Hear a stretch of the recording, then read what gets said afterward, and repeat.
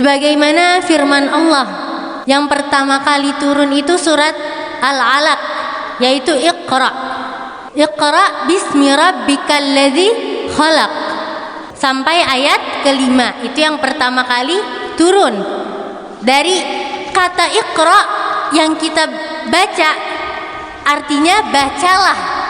Dan hal ini menunjukkan bahwa ilmu itu sangatlah penting, Bu. Apalagi perempuan. Jangan sampai kita bilang ilmu ya udah deh, masuk dapur lagi, buat apa nuntut ilmu? Kata siapa, Bu? Madrasah pertama seorang anak itu seorang ibu atau seorang ayah? Seorang ibu. Maka dari itu seorang perempuan itu harus memiliki ilmu. Dan punya ilmu bukan berarti harus kuliah, tidak. Harus sekolah, enggak juga. Ilmu itu bisa kita dapatkan di pengajian-pengajian, di majelis-majelis taklim, di tempat-tempat lainnya. Mau kuliah silahkan, tapi bukan berarti harus kuliah. Intinya ilmu itu bisa kita dapatkan di mana saja. Bahkan banyak dari orang-orang tua kita yang punya ilmu hikmah, yang kalamnya semua penuh dengan hikmah. Karena apa? Karena beliau-beliau ini memahami tentang kehidupan, faham dengan apa yang seharusnya dan apa yang tidak boleh, mendengarkan kisah-kisah orang-orang soleh, sehingga bisa untuk mencontoh mereka. Dan semoga kita semua bisa menjadi hamba Allah yang berilmu. Karena ilmu itu penting. Karena salah satu peran ibu yang begitu penting adalah mendidik anak. Kita menjadi sekolah pertama bagi anak kita. Kita mendidik anak kita. Kalau nggak punya ilmu gimana, Bu? Susah. Ilmunya nggak usah yang gimana-gimana. Yang penting kita taklim, hadir majelis, kita faham hadis, kita ngerti apa yang Rasulullah anjurkan, kita bisa terapkan di kehidupan kita sehari-hari. Karena kalau kita mau anak kita harus jadi orang baik, misalkan anak kita harus begini, harus begitu, tapi terkadang kita ini lupa, Bu. Kita nggak lihat diri kita. Kayak misalkan kita kalau mau nanam benih, ibu mau nanam benih nih, Bu, sayuran atau buah, ditaruh di tanah yang tandus atau yang subur. Berarti benih tersebut harus diletakkan di tempat yang baik. Itu anak pertama kali akan muncul ke dunia, dia di perut bapak atau di perut ibu? Dia di perut seorang ibu. Maka dari itu sebagai seorang ibu, selain kita menyiapkan ilmu untuk anak kita nanti, hal yang tidak kalah pentingnya kita harus bisa untuk memperbaiki diri. Gimana caranya kita memperbaiki diri? Yaitu dengan mengintrospeksi diri. Dari salah satu kutipan khutbah Sayyidina Umar bin Khattab, Amirul Mukminin, yang dimana beliau mengutip perkataan hasibu anfusakum qabla an tuhasibu. Jadi maksudnya periksalah diri kamu sebelum kamu diperiksa. Jadi hal ini kita bisa gunakan untuk memperbaiki diri kita. Dan yang kedua, kita juga bisa menggunakan ini agar semakin beriman dan ringan nanti hisabnya di hari akhir. Gimana kita introspeksi diri? Kita lihat apa aja yang kita lakuin dari mulai terbit matahari sampai terbenam matahari. Nanti udah terbenam matahari, kita merenung misalkan sebelum tidur. Kita lihat tadi siang, tadi saya habis subuh zikir. Kalau kita menemukan ketaatan, maka kita mengucapkan alhamdulillah, kita syukuri. Tapi ketika kita ketemu sama maksiat, oh ya tadi di pasar saya ngomongin orang nih sama tukang dagang. Nah kalau kita nemuin maksiat kayak gitu, berarti kita harus beristighfar. Jadi pertama-tama kita jangan mau anak kita begini begitu, tapi kitanya tidak mempersiapkan diri. Kalau benih mau semahal apapun kita beli biji itu, kita beli benih itu, kita taruh di tanah yang tidak subur, numbuh gak, Bu? Tidak akan tumbuh. Jadi yang harus kita persiapkan juga diri kita. Dan yang menariknya ada sebuah kisah Jadi kisah ini menceritakan tentang Said Nursi Badi'uz Zaman. Beliau ini orang Turki, ulama besar di Turki. Namanya Nursi, Said Nursi. Di sana dipanggilnya pakai panggilan Said Nursi. Badi'uz Zaman itu julukannya. Apa Badi'uz Zaman? Badi'uz Zaman artinya keajaiban zaman. Beliau itu dijulukan dengan keajaiban zaman saking pinternya, saking luar biasa Said Nursi ini. Sampai orang-orang tuh heran, kok anak ini bisa begini pinternya. Dari dia kecil orang-orang udah tahu kepinterannya. Sampai akhirnya jadi ulama besar di abad ke-19. Abad ke-19 nggak lama, kita baru di abad ke-21. Ternyata Bu, Said Nursi bisa jadi ulama sehebat itu bukannya tiba-tiba muncul, tidak ada usaha dari orang tuanya. Jadi kisahnya, kedua orang tua Said Nursi ini adalah orang yang sangat menjaga sekali, warok sekali. Dia menjaga, dia menjauhi hal-hal yang syubhat, dia menjauhi hal-hal yang bukan, kalau yang haram udah pasti dijauhin, ini yang syubhat dia jauhin juga. Sampai ada kisah ayah Said Nursi sebelum punya anak itu kalau lagi mengembala kambing domba, dia lagi gembala, itu dombanya diikat mulutnya sampai nyampe ke padang lapang yang punya umum. Karena kenapa? Karena dia takut kambingnya dia itu makan rumput orang. Dia takut dombanya itu makan rumput dari rumput orang. Mungkin orang kalau dimakan juga nggak apa-apa kali Bu ya. Kita punya rumput dikit tiba-tiba domba lewat makan, kita juga nggak masalah. Tapi saking menjaganya sampai kambingnya aja seperti itu. Itu kambingnya, apalagi orangnya. Itu ayah dari Said Nursi Badi'uz Zaman. Tapi nggak kalah hebat juga ibunya. Suatu hari ibunya ditanya oleh seseorang wanita. Dia bertanya, bagaimana caramu bisa memiliki anak yang sangat luar biasa? Jadi anak-anak beliau ini semuanya cerdas. Yang paling luar biasa yaitu Said Nursi. Dia nanya, ini ibu kok bisa punya anak seperti ini? Apa sih rahasianya?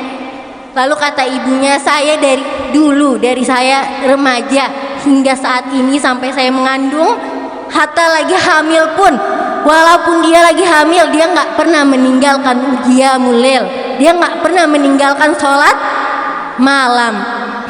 Jadi ternyata bukan tiba-tiba punya anak langsung luar biasa dan kita nggak mau ngapa-ngapain. Oh, kita maunya begini-begini aja tapi mau punya anak luar biasa. Gimana bisa Bu? Tanah aja kalau udah subur harus dikasih pupuk, biarin yang ditanam bisa semakin bagus, harus dirawat biar semakin bagus kualitasnya. Jadi kalau kita mau punya anak begini begitu, yang pertama kali harus kita perbaiki juga diri kita sendiri.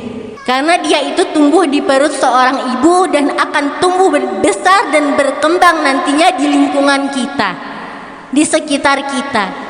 Dan semoga kita semua diberikan hidayah oleh Allah sehingga bisa untuk selalu memperbaiki diri dan menjadi pribadi yang lebih baiknya setiap harinya. Dan begitu juga cara kita mendidik. Jadi insya Allah kita bisa untuk memiliki kekuatan untuk menjadi orang yang baik dan juga mendidik. Karena nggak semua orang itu bisa merangkul dan mendidik. Jadi insya Allah kita diberikan kekuatan tersebut. Sampai ada kisah. Jadi saat itu Al-Habib Ali Al-Habsyi, pengarang kitab Maulid Simtud Durar, waktu masih remaja, masih baru-baru besar seperti itu, ibunya bilang apa ke Habib Ali? Ibunya bilang, wahai Ali, aku tidak akan ngakuin kamu sebagai anak aku sampai kamu bertemu dengan Rasulullah. Akhirnya Habib Ali bingung nih, gimana cara ketemu Rasulullah?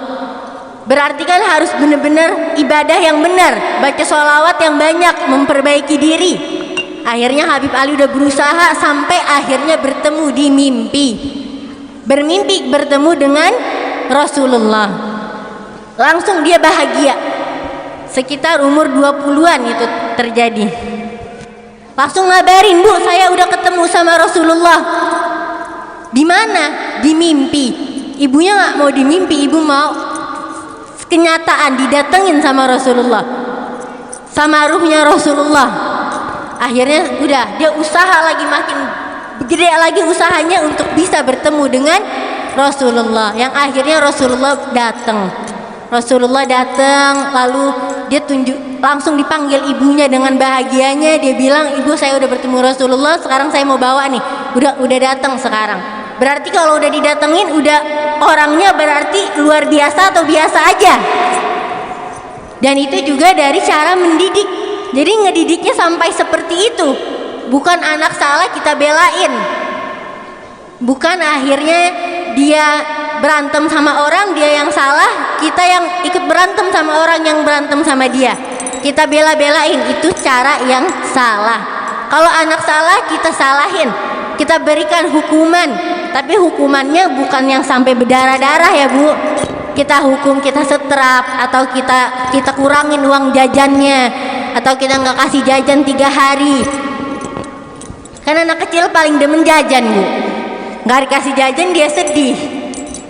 Jadi itu dia yang paling penting untuk menjadi seorang ibu sebagai madrasah pertama bagi anaknya.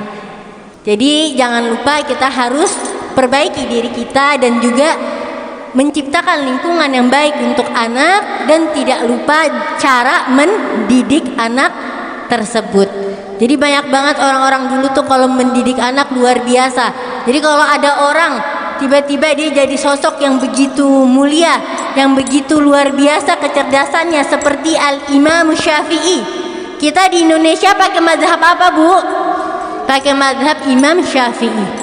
Dulu Imam Syafi'i yang pertama kali mengajarkan Quran kepada Al-Imam Syafi'i radhiyallahu anhu, yaitu adalah ibunya. Ibunya adalah yang pertama kali mengajarkan Imam Syafi'i Al-Quran. Dan tidak sampai di situ, itu dididiknya betul-betul sampai akhirnya Imam Syafi'i itu merantau untuk menuntut ilmu. Suatu saat udah lama merantau menuntut ilmu, Imam Syafi'i udah jadi ulama besar di usia yang begitu belia. Akhirnya udah bisa ngajar dan sebagainya, pulang ke ibunya, bawain ibunya oleh-oleh banyak deh tuh, bawain ibunya harta yang banyak. Akhirnya sampai di rumah, ibunya bilang apa, Bu? Ibunya bilang, bukan ini yang ibu harapkan. Maksudnya ibunya nggak ngarepin harta dari anaknya. Ibunya nggak ngarepin anak itu jadi orang yang apa, yang mungkin Imam Syafi'i datang membawa harta juga untuk menyenangin ibunya. Ternyata ibunya pendidikannya lebih lagi. Bilang, saya nggak butuh ini. Saya mau pokoknya udah kamu jalan lagi, jangan pulang dulu. Maksudnya apa? Maksudnya jangan sampai kamu pikir ibu ini akan senang dengan harta. Ibu ini senang dengan anaknya berhasil di ilmunya, berguna bagi agama, berguna bagi agamanya. Ibunya udah senang bagi masyarakat umum dan sebagainya. Jadi intinya jangan sampai Imam Syafi'i itu mikir ibunya mengharapkan harta dari anaknya. Akhirnya udah Imam Syafi'i balik lagi, merantau lagi, datang-datang udah nggak bawa harta apa-apa. Maksudnya cuma bawa dirinya dan apa-apa yang telah ia capai. Jadi intinya kita ini ngedidik anak kalau mau jadi orang benar, mau jadi orang luar biasa, nggak tiba-tiba muncul ya, Bu. Yang ngedidik siapa? Ibunya. Dan ada hal yang menarik lagi. Jadi di Mesir itu, Bu, setiap masjid ada yang namanya syekh. Jadi kalau mau hafalin Quran bisa setor ke syekhnya. Ada satu orang ibu ini gigih banget, mau anaknya hafal Quran. Itu anak masih umur 3 dan 4 tahun, ada kakak beradik, dibawa ke masjid biar hafal Quran. Akhirnya umur 6 tahun udah pada hafal Quran. Ini yang gigih anaknya apa ibunya? Ibunya. Anaknya malah masih lari-larian. Ibunya yang tuntun, Ayuna belajar, Ayuna hafalin Quran. Ibunya yang bawa setiap hari ke sana. Sampai akhirnya anak itu menjadi penghafal Al-Quran di usia yang sangat kecil sekali, itu masih 6 tahun. Bahkan adiknya yang 3 tahun udah 5 tahun setengah udah hafal Al-Quran. Jadi semua itu ada jerih payah seorang ibu. Itu anak jadi seneng sama ilmu, itu anak jadi seneng sama Al-Quran. Kalau kita diamin aja dia nggak ada yang menuntun. Tapi dengan tuntunan orang tua, dengan tuntunan seorang ibu, semua itu bisa untuk terrealisasikan menjadi kenyataan. Jadi penting nggak seorang ibu punya ilmu? Penting. Penting nggak seorang kita ini hadir ke majelis-majelis taklim? Penting. Kita ambil ilmu dari mana-mana. Dan semoga apa-apa yang saya sampaikan ini bermanfaat dan kita semua bisa untuk mengintrospeksi diri masing-masing dan menjadi pribadi yang lebih baik lagi. Dan mohon maaf apabila ada salah-salah kata atau ada penjelasan yang kurang jelas atau berlibet-libet. Mohon maaf karena semua kesalahan datangnya dari diri saya sendiri dan kebenaran hanya dari Allah Subhanahu wa ta'ala. Hadaniyallahu wa iyyakum ila shiratal mustaqim. Wassalamu alaikum warahmatullahi wabarakatuh.